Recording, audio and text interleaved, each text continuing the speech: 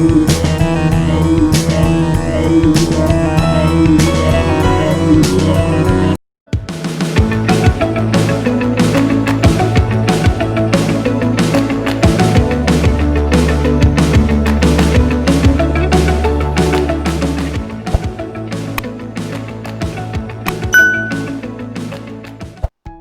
let's go! What's up? This is me, Jake, and welcome back to my channel. Well, for this vlog, ang gagawin natin ngayon is my first ever food review. So this vlog will go to my program, #COCINAPICAña. Nakakatawa kasi first time ko mag-food review and first time meron makipag-collab sa akin na product para i-food review nga yung product nila. So, shout out sa CORAZON'S Delights. Yan. CORAZON'S Delights, guys. CORAZON'S Delights. For this vlog, hindi lang ako mag-isa. And I have a very special guest that is so dear to my heart. Nax.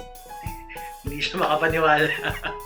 But then, I'd like to call on my wife, Mrs. Carissa Magno-Picaña. Let's go! Yes! Yeah, this is Reese, my wife. So, ang food review natin ngayon is yung kanilang leche puto, their regular puto. I think ito regular kasi meron siyang itlog na maalat. And of course, ang kanilang super yummy na leche flan. Pero, wala tayong spoon. Sige. So, unahin natin. So, for my food review, our food review, for #COCINAPICAña, ay i-rate namin yung food based on different categories. So, 5, pag sobrang exceeding expectations namin doon sa pag-review, 5 thumbs up, ang ilalagay ko. Kapag hindi masyado, 1 thumb up. Okay, 1 thumb up. So, ano ba mga categories natin kapag nagpo-food review? Bilang food tech, kasi my wife is a graduate of food technology from UST. Una, syempre the color. And of course, the appearance. The size, if you want to. Color, appearance, size. The texture of the food. Texture. Flavor. Sige, siguro yung packaging. Isama natin yung packaging. Susunod tayo sa packaging. So, yung leche puto nila, sa ganito nakalagay. Yan, sa ganitong nilagyan. So, very sturdy siya. Hindi siya ganun mabilis mayupay. Yeah. Yung logo, it's so nice. Yeah. Ang ganda ng logo. Simple. Yan, look. But very catchy. Simple and catchy. Apron. Yan, apron. So, leche puto. That's right. So, i-rate natin to yung lalagyan. Yung appearance, packaging. Packaging muna is 3. 3 thumbs up din. I think same sa lahat. 3 na yan. So, we'll start now with, we'll start with the leche puto. The color first. So, the color. It's very... Yeah, very appealing tignan kasi yellow. Diba? Sabihin nila yellow and red. Wala pang taste, pero gusto na siya tumikim. Nasa color pa lang kami. So, color is very appealing to the eyes. Saka parang ang ano niya. Parang mas makinis pa siya sa akin. Yung pagkakaluto. Tsaka perfect siya. Hindi siya parang wala siyang scratch. Oo, hindi siya walang broken. So, color and texture. Sige, pagsama na. Very spongy. Flavor and taste. Okay. 1, 2, 3, go.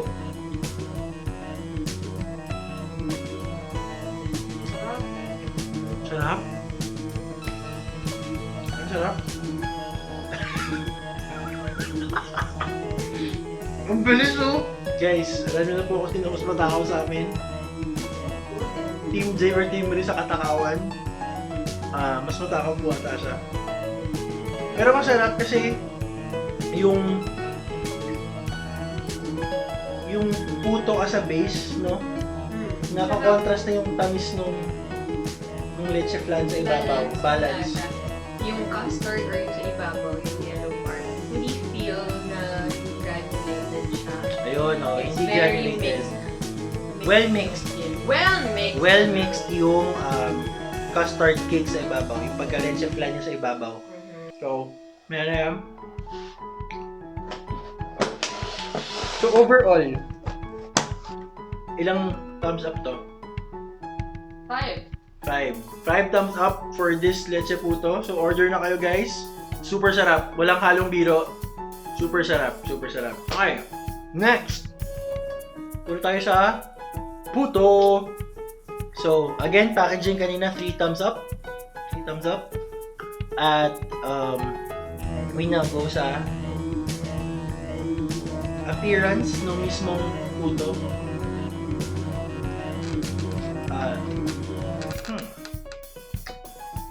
So, kayo mag-judge, guys. Look at how it looks like. Yan. Kita nyo ba? Oh, it's puto bao. Puto pao. Okay. So, puto pao siya, guys. Kita nyo ba? Yan. Ayan, yan. So, sa appearance, for me, it's, 4/5.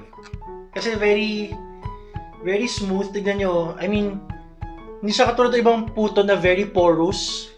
Yung maraming pores. Parang puro hangin. Ito't makikita nyo siksik. Ayan o, di ba? At umaapaw. Siksik, liglig, at umaapaw. Yan. Oh my God. So for me, this is a 4/5. Parang perfect yung pagkakaluto ng puto.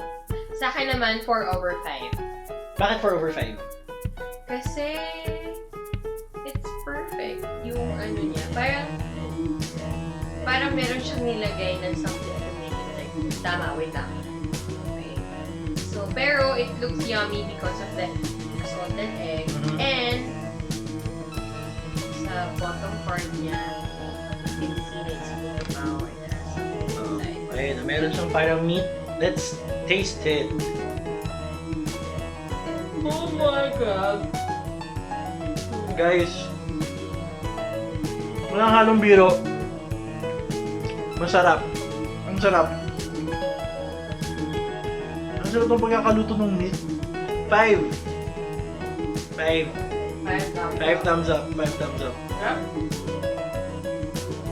Dahil combination ng salted egg and the asado tapos kasama yung Yung puto, yung alat, yung tamis ng asado, yung tamis din ng...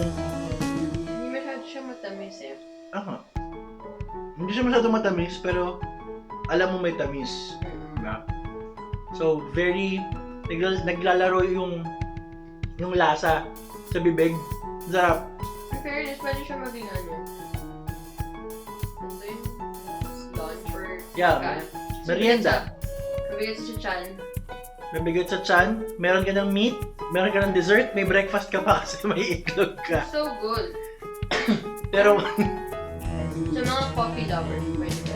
yes, I think Yes. this is best paired with your coffee, with your hot chocolate. No? Hot chocolate. Hot chocolate. Pang merienda, pang himagas, pwede kahit saan eh. Kahit anong oras ng Midnight snack. snack. Kahit anong oras, pwede siyang kainin.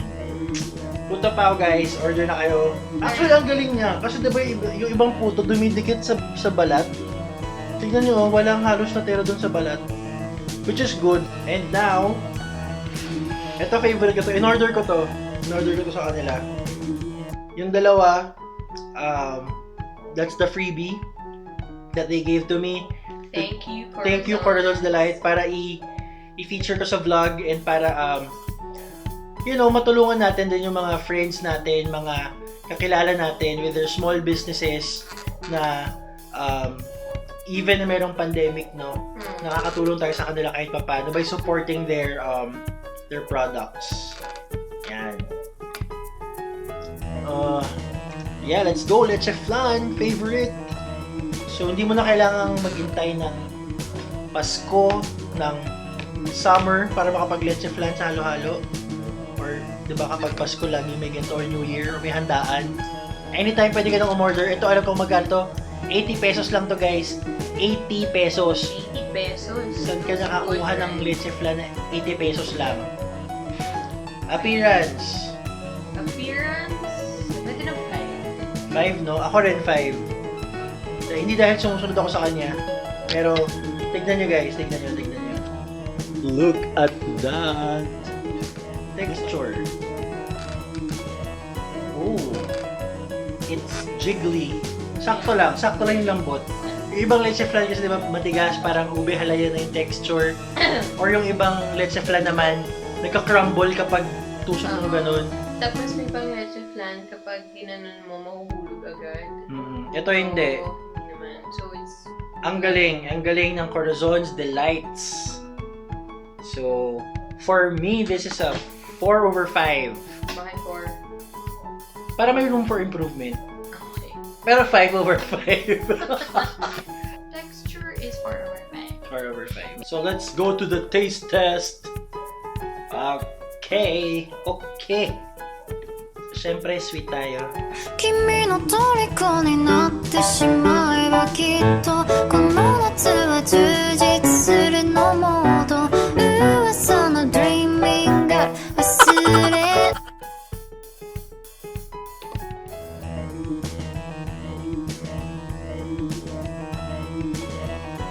Sabay tayo Taste. 1, 2, 3, 4, 5. Meron kasi Actually guys, nasasarapan na yan. Gusto na talaga niyang kumain ulit. Yan yung 4 sa kanya. Masarap siya kasi yung caramel sauce niya, hindi siya ganong ka-overpowering. 4 siya kasi sweet tooth kasi ako, tapos their leche flans na talagang masarap dahil sweet siya for me. Pero ito, it's okay.